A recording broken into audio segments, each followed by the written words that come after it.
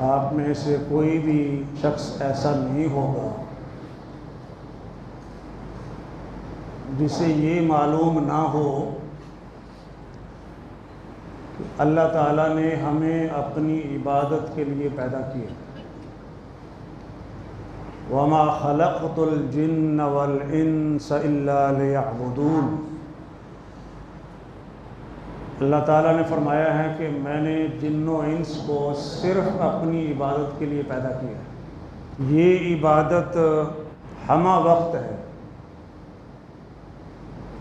یعنی یہ نہیں ہے کہ آپ چند سال عبادت کریں اس کے بعد آپ کہیں کہ میں مستثنیٰ ہو گیا ہوں۔ جیسے ہمارے ہاں تصور پایا جاتا ہے کہ وہ یہ سمجھتے ہیں کہ اب ہم نے بہت زیادہ عبادت کر لی ہے، بہت زیادہ ریاضت کر لی ہے، اب ہمیں عبادات کی اور شرعی احکام پر عمل کرنے کی کوئی ضرورت نہیں۔ آپ جانتے ہیں یہ تصور موجود ہے، اور شاید اسی وجہ سے بہت سارے پیر ایسے ہیں جو نماز نہیں پڑھتے لیکن پیر ہیں، جو داڑھی نہیں رکھتے مگر مرشد ہیں، جنہیں پاکی پلیدی کا کوئی اندازہ نہیں ہے یا کوئی لحاظ نہیں ہے، اس کے باوجود وہ دینی شرعی رہنما ہیں لوگوں کے، لوگ ان کے مرید ہیں، انہوں نے بیعت لی ہوئی ہے۔ یہ ایسی چیز ہے جس سے آپ سب واقف ہیں۔ میں صرف بات سمجھانے کے لیے آپ کی توجہ اس طرف مبذول کروا رہا ہوں۔ خرابی کہاں پر ہے؟ خرابی یہاں پر ہے کہ اتنی زیادہ عبادت ہم نے کر لی ہے، اب ضرورت نہیں۔ اور کچھ وہ ہیں جو یہ کہتے ہیں کہ ان عبادات کے پیچھے جو فلسفہ ہے اس پر غور کرنا چاہیے۔ وہ فلسفی اگر آپ کو سمجھ آ گئی ہے تو ظاہری عمل کی کوئی حیثیت نہیں۔ یہ بات بھی کچھ لوگ کرتے ہیں۔ اصل بات یہ ہے کہ یہ جو عبادات کا فلسفہ ہے وہ انہی عبادات کے ذریعے سے حاصل ہوگا۔ عبادات کا فلسفہ ان عبادات کے ذریعے سے حاصل ہوگا۔ یہ نہیں ہے کہ عبادت کو مائنس کر کے آپ وہ فلسفہ یا حکمت پالیں، یہ امپاسبل ہے۔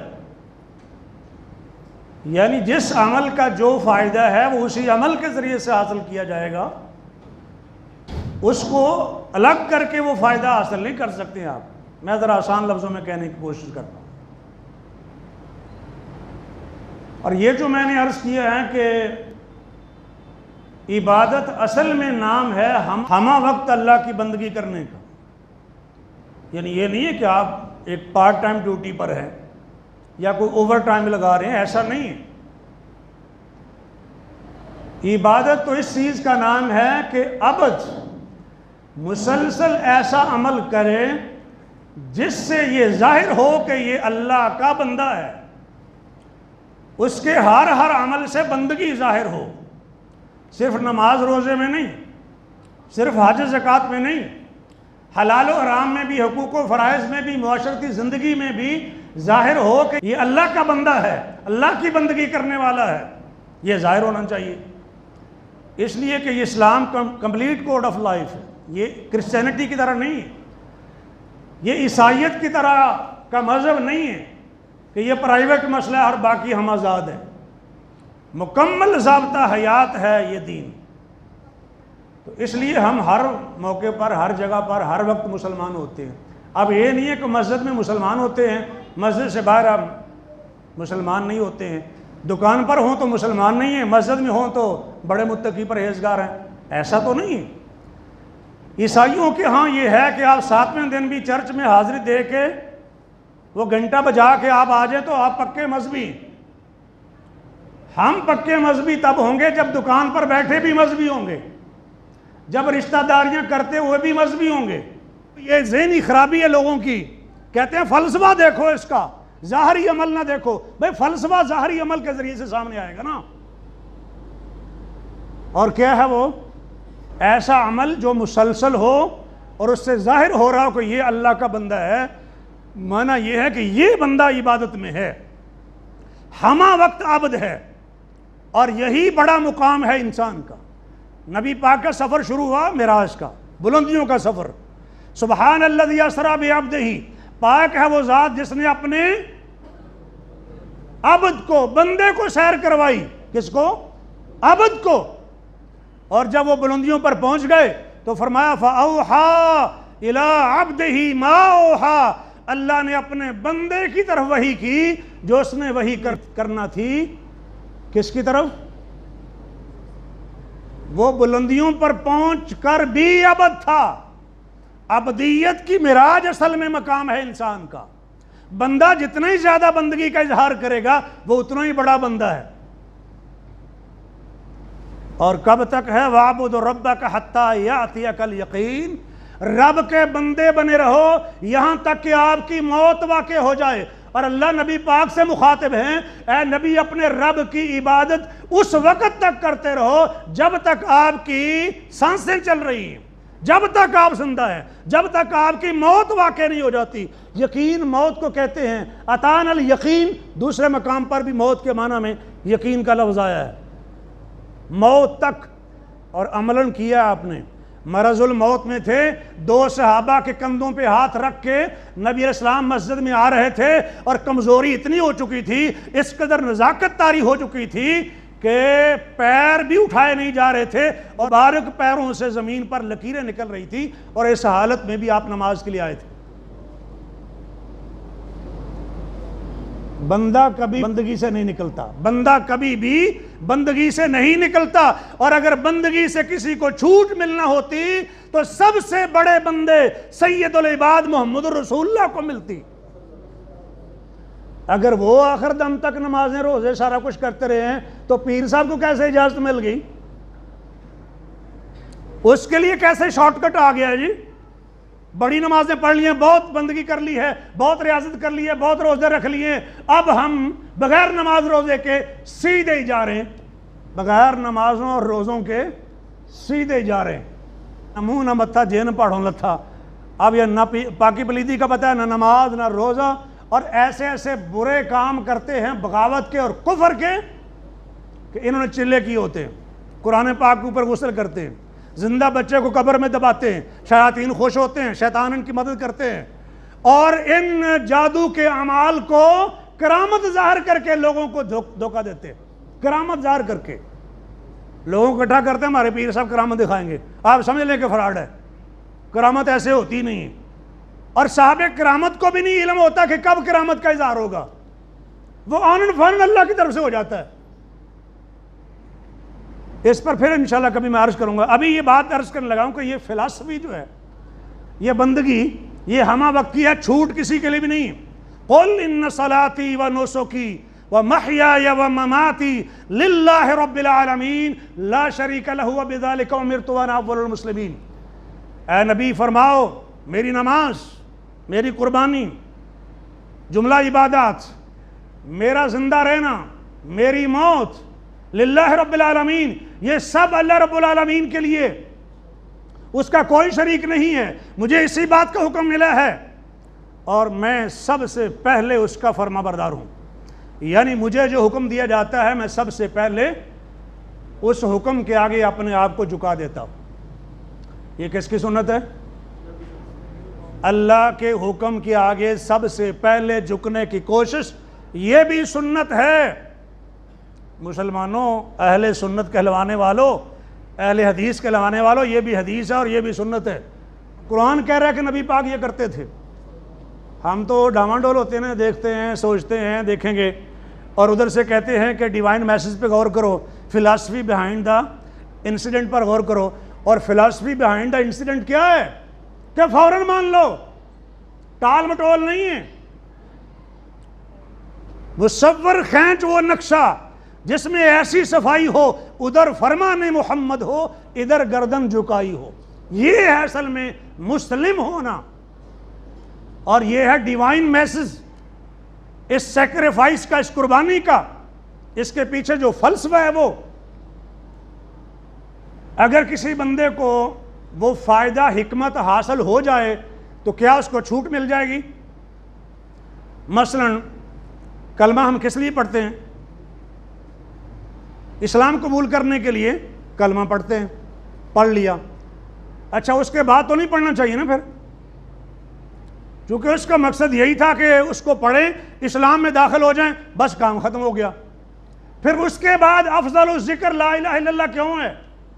اس کا ورد کیوں ہے؟ اس کا وظیفہ پھر کیوں ہے؟ بتائیں فلسفی،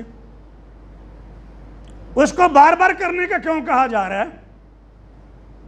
اگر قربانی کی فلسفی آپ کو سمجھ نہیں آتی، اگر بار بار نماز پڑھنے کی فلسفی آپ کو سمجھ نہیں آتی، اگر ہر سال روزے رکھنے کی اور بار بار حج عمرہ کرنے کی فلسفی اگر آپ کو سمجھ نہیں آتی، تو بتائیں پر یہ ذکر کیا ہے؟ اس کا بھی انکار کر دیں، ہاں نہیں یہ نہیں، بس ایک بار ہی پڑھے۔ پھر آپ سب جانتے ہیں کہ ان الصلاۃ تنہی عن الفحشاء والمنکر، نماز بے حیائی اور برائی سے روکتی ہے، ایسے ہی ہے نا؟ ایک بندہ اگر بے حیائی اور برائی نہیں کر رہا تو کیا خیال ہے اس کو نماز پڑھنے کی ضرورت تو نہیں ہے نا؟ کیا فساؤ؟ اور فلسفی تو اس نے پا لی ہے نا۔ نماز کا فلسفہ یہ ہے، حکمت یہ ہے کہ انسان کو برائی سے روک دے۔ ایک بندہ پہلے ہی برائی نہیں کر رہا، اسے آخر کیا ضرورت ہے نماز پڑھنے کی؟ لے آئیں ایک فتویٰ کسی مفتی سے، خواہ وہ مفت کا ہی مفتی ہو، ہاں جی اسے نہیں ضرورت، پھر اس فتوے پہ بات کر لیں گے۔ اور پھر نماز اس لیے بھی پڑھی جاتی ہے، اقیم الصلاۃ لذکری، اللہ کی یاد کے لیے پڑھی جاتی ہے۔ ایک بندہ ہر وقت اللہ کو یاد کرتا رہتا ہے، اللہ کا ذکر ہی کرتا رہتا ہے، اسے تو نماز پڑھنے کی ضرورت نہیں ہوگی نا۔ ہے کہ شراب سے کیوں روکا گیا ہے؟ اس لیے روکا گیا ہے کہ بندہ جو ہے وہ اللہ کے ذکر سے غافل ہو جاتا ہے، نماز سے غافل ہو جاتا ہے۔ اور ایک بندہ اگر نماز کے وقت میں نہیں پیتا اور نماز ٹائم پر پڑھ لیتا ہے، نماز سے غافل نہیں ہوتا، ویسے اللہ کو یاد کرتا رہتا ہے، کبھی کبھار کہہ لیتا ہے تھوڑی سی پیتا ہوں، تو اس کو تو اجازت ہونی چاہیے نا پھر ان لوگوں کے فلسفے کے مطابق۔ نماز کا مقصد کیا ہے؟ دیگر حکام کا مقصد کیا ہے؟ اگر وہ مقصد پورا ہو گیا تو کیا وہ درمیان سے مائنس ہو جائے گی چیز؟ قرآن کہتا ہے کہ انسان جو ان الانسان خلق ہلوعا، یہ جلد باز پیدا کیا گیا ہے، یہ تھوڑ دلا ہے۔ اذا مسہ الشر جزوعا، جب اس کو تکلیف پہنچتی ہے جزا فضا کرتا ہے، واہ ویلا کرتا ہے، روتا پیٹتا ہے۔ وَإِذَا مَسَّهُ الْخَيْرُ مَنُوعًا، جب دولت ملتی ہے، پیسہ آتا ہے، اس کو روکتا ہے، بخل سے کام لیتا ہے۔ إِلَّا الْمُصَلِّينَ، سوائے نمازیوں کے، الَّذِينَ هُمْ عَلَىٰ صَلَاتِهِمْ دَائِمُونَ، وہ جو اپنی نمازوں پر ہمیشگی اختیار کرتے ہیں، یعنی پکے نمازی ہیں، ہمیشہ کے نمازی ہیں، وہ بخیل بھی نہیں ہیں اور تھوڑ دلے بھی نہیں ہیں۔ اچھا ایک بندہ اگر تھوڑ دلا نہ ہو، جلد باز نہ ہو، بخیل بھی نہ ہو، اسے تو نماز پڑھنے کی ضرورت نہیں ہوگی نا، کیونکہ نماز روکتی ہے بخل سے، نماز روکتی ہے جلد بازی سے۔ یہ انسان جو ہے وہ ایسے خواہ ہائپر ہو جائے، نماز منع کرتی ہے اس سے۔ الا المصلین، نمازیوں کو ایسا نہیں ہونا چاہیے۔ یہ قرآن ہے، اللہ کے بندوں، وہ جو ڈیوائن میسج ہے، وہ جو پیغام ہے، جو حکمت ہے، فائدہ ہے، اسی عمل کے ذریعے سے حاصل ہوگا۔ وہ فلسفہ حاصل ہوگا اس طریقے سے جو نبی پاک نے بتایا ہے، اپنی مرضی سے نہیں، اپنے طریقے سے نہیں، اپنی مرضی کے عمل سے نہیں۔ ورنہ آپ مجھے یہ فرق بتا دیں کہ ایک بندہ اگر عید کی نماز پڑھنے سے پہلے، ہم نے 5:45 عید کی نماز پڑھی ہے، یاد ہے کہ نہیں جی؟ 5:45 مسجد تو عید میں نماز پڑھی ہے۔ ایک بندہ اگر 5:30 بجے قربانی کر لے اور اس کے بعد آ کے عید کی نماز پڑھ لے، کیا خیال ہے اس کی قربانی ہوگی کہ نہیں ہوئی؟ کیوں نہیں ہوئی؟ اب گل میں سمجھا دے جو سمجھ نہیں آتی، کیوں نہیں ہوئی؟ اور اللہ کے بندوں 15-20 منٹ آدھے گھنٹے کا فرق ہے، اور کئی جگہوں پر عیدیں پڑھی جا چکی ہے، کیا مسئلہ ہے اس میں؟ 15-20 منٹ سے کیا ہوگا؟ وہ فلسفہ بھی مل جائے گا آپ کو، میسج بھی مل جائے گا، قربانی بھی ہو گئی، گوشت بھی ہو گیا، سب کچھ ہو گیا۔ آخر 15-20 منٹ سے قیامت کون سی آتی ہے؟ یہ بتا دیں مجھے لوگ، ڈیوائن میسج سمجھا دیں ہمیں، فلاسفی بہائنڈ دا انسیڈنٹ بتا دیں ہمیں۔ ایک صحابی نے کر لی تھی، فرمایا یہ قربانی نہیں ہے، عام گوشت ہے، یہ قربانی نہیں ہے۔ انہوں نے کہا جی آپ کیا کریں، میرے پاس تو اور جانور بھی نہیں ہے، بس ایک کھیرا بکرا ہے۔ فرمایا آپ کر لیں، توجہ ہے جی، دیہاتوں میں لوگ ویسے کر لیتے، آپ کر لیں، آپ کے بعد کسی اور کے لیے اجازت نہیں ہے. کھیرے بکرے کی قربانی نہیں ہوتی، کسی بھی حالت میں نہیں ہوتی، خواہ مجبوری ہو یا کوئی بھی ہو. یہ استثناء ہے. چونکہ صحابی کو پتہ نہیں تھا، اس کا جذبہ یہ تھا کہ جلدی قربانی کرتے ہیں، گوشت کھائیں گے اور لوگوں کو کھلائیں گے. مسئلے کا پتہ نہیں تھا، لیکن جب مسئلے کا پتہ چلا تو آپ نے وہ اجازت دے دی اور بعد والوں کے لیے بین کر دیا. حالانکہ آپ اس کو اوپن بھی تو چھوڑ سکتے تھے نا. وضاحت سے کہا کہ کسی اور کے لیے اجازت نہیں ہے. کدھر ہے فلسفہ؟ وہ ڈیوائن میسج کدھر ہے؟ فلسفی بیہائنڈ دا انسیڈنٹ کدھر ہے پھر وہ؟ اس لیے قربانی نہیں ہوئی کہ اس نے نبی کے طریقے کے خلاف کیا ہے، اور نبی کے طریقے میں وقت کی پابندی بھی ضروری ہے، ترتیب بھی ضروری ہے. جہاں ترتیب لگائی گئی ہو، ضروری قرار دی گئی ہو، وہاں ترتیب ضروری ہے. جہاں نہ لگائی گئی ہو، اوپن چھوڑا گیا ہو، وہاں اجازت ہے. روزے کا مقصد یہ ہے کہ تقوی پیدا ہو، عبادات کا مقصد یہ ہے کہ تقوی پیدا ہو. تقوی پیدا ہو گیا، روزے سے احساس پیدا ہوتا ہے غریبوں کے بارے میں جو بھوکے پیاسے رہتے ہیں. ایسے ہی ہے، احساس پیدا ہوتا ہے. آپ نے روزہ کھلنے سے 2 منٹ پہلے روزہ افطار کر لیا، روزہ ہوا کہ نہیں ہوا؟ بے اللہ کے بندو، 16 گھنٹے اگر آپ نے منہ باندھ کے رکھا ہے، روزہ رکھا ہے، 2 منٹ سے کیا فرق پڑتا ہے؟ غریبوں کا احساس بھی پیدا ہو گیا ہے، تقوی بھی پیدا ہو گیا ہوگا. اور یہ 16 گھنٹے سے 2 منٹ تو کم ہیں ابھی.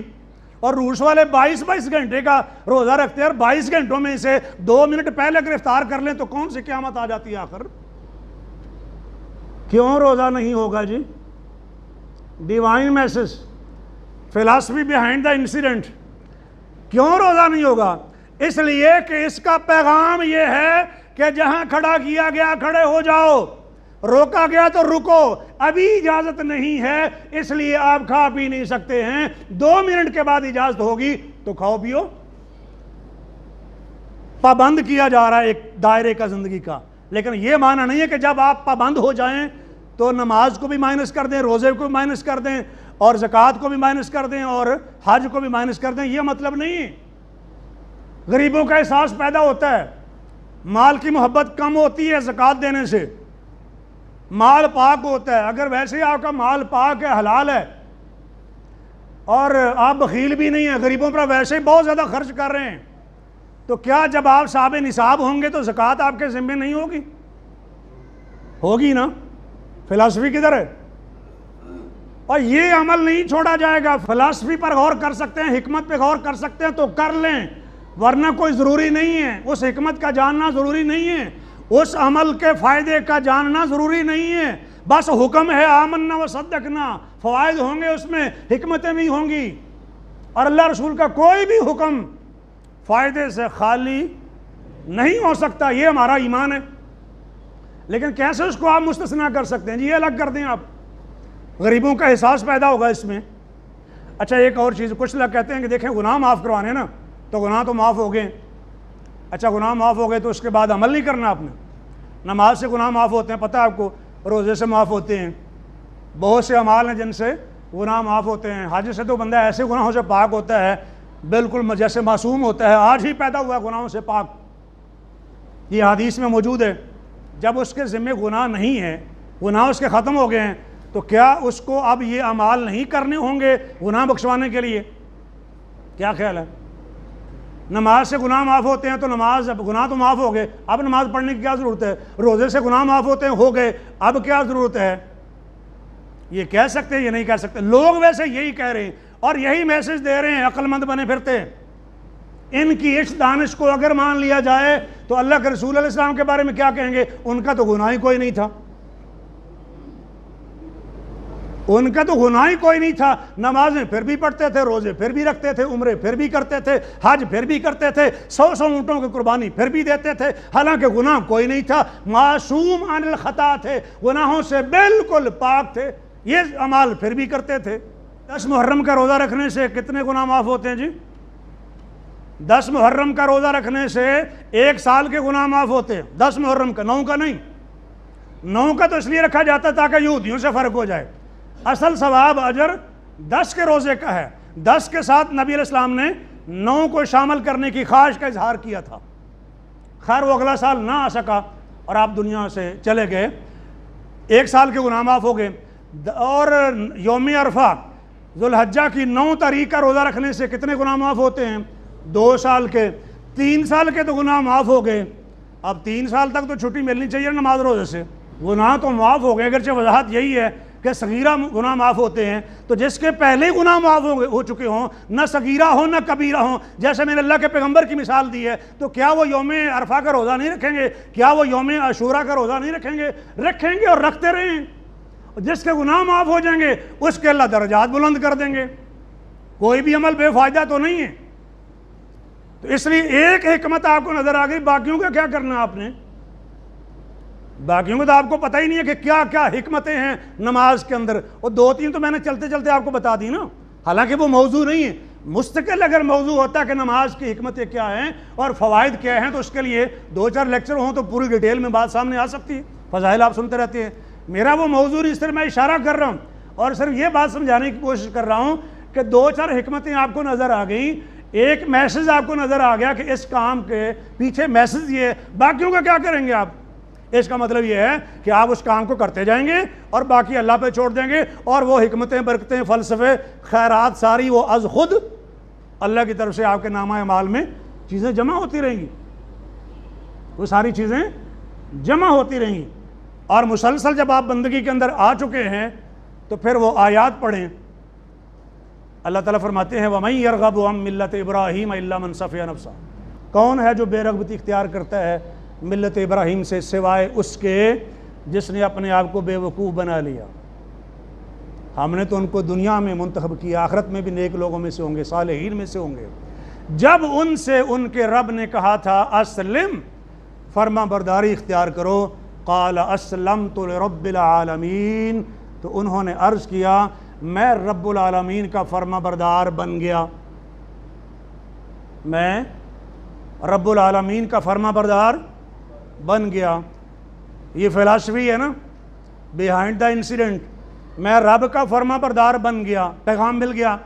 اب رب نے کہا قربانی کرو، آپ نے کہا میں رب کا فرما بردار بن گیا، میں رب کی فرما بردار بن گئی۔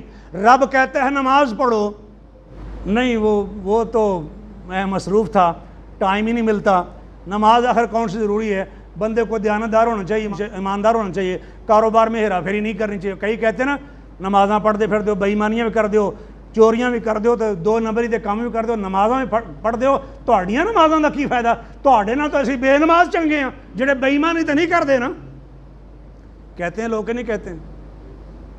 وہ اپنے خیال میں اپنے آپ کو نمازیوں سے بہتر سمجھ رہے ہیں، حالانکہ تہاڈی ایمانداری دا کی فائدہ جدوں نماز ہی نہیں ہے؟ جس بنیاد پر آپ کی ایمانداری کی قیمت ہونی تھی وہ بنیاد ہی نہیں ہے، جن بنیادوں پر وہ عمارت قائم ہونی تھی بنیاد ہی نہیں۔ اللہ کے بندو، میں یہ نہیں کہہ رہا جو نمازی ہے وہ بے ایمانی کرے، وہ ہیرا پھیری کرے، وہ چوری چکاری کرے، میں یہ نہیں کہہ رہا، لیکن اس کا مطلب یہ ہے کہ آپ کو بے نماز رہنے کی اجازت مل گئی ہے کہ آپ فخر محسوس کر رہے ہیں میں ہی اچھا ہوں، نماز نہیں پڑھتا ہوں، ارکان اسلام پر عمل نہیں، تیری ایمانداری تجھ سے تو زیادہ انگریز ایماندار ہے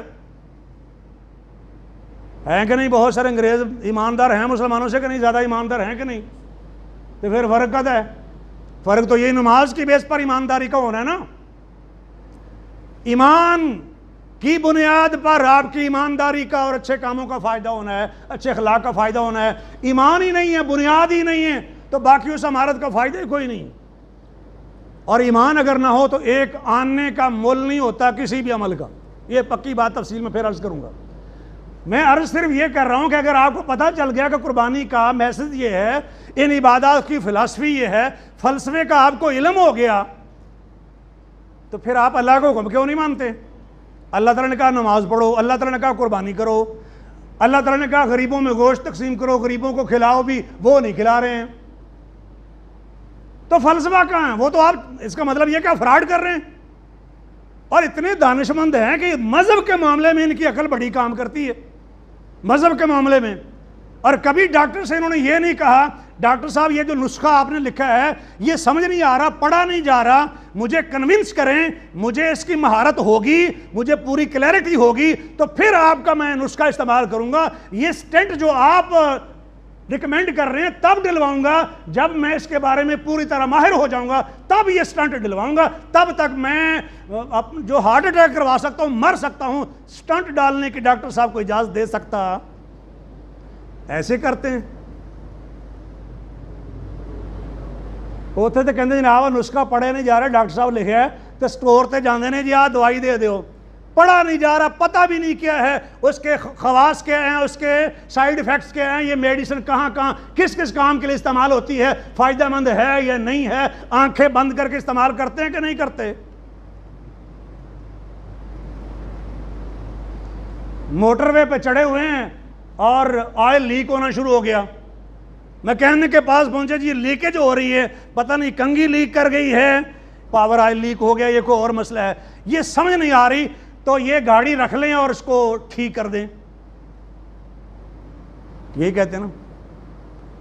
مجھے یہ سمجھائیں پہلے کہ یہ لیک ہوا کیوں، کنونس کریں کہ ہاں یہ لیکیج اس طریقے سے بند ہوگی. جب تک مجھے یہ مہارت حاصل نہیں ہوگی یہ ساری کاموں کی اور پوری طرح ان کی فلاسفی میں سمجھ نہیں جاؤں گا کہ یہاں پر یہی پائپ ڈلنا ہے، یہی آئل ڈلنا ہے اور یہ لیکیج اس طریقے سے بند ہوگی، یہ کنگھی ریپیئر ہونے سے ٹھیک ہوگی یا یہ کہ نئی ڈالنی پڑے گی، جب تک مجھے سمجھ نہیں آئے گی میں نے نہیں ڈلوانی. کیوں جی کہا کبھی کسی نے؟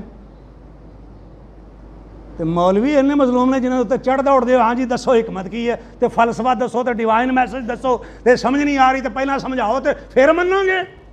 اور دین ہی اتنا یتیم ہو گیا. دانشور کہیں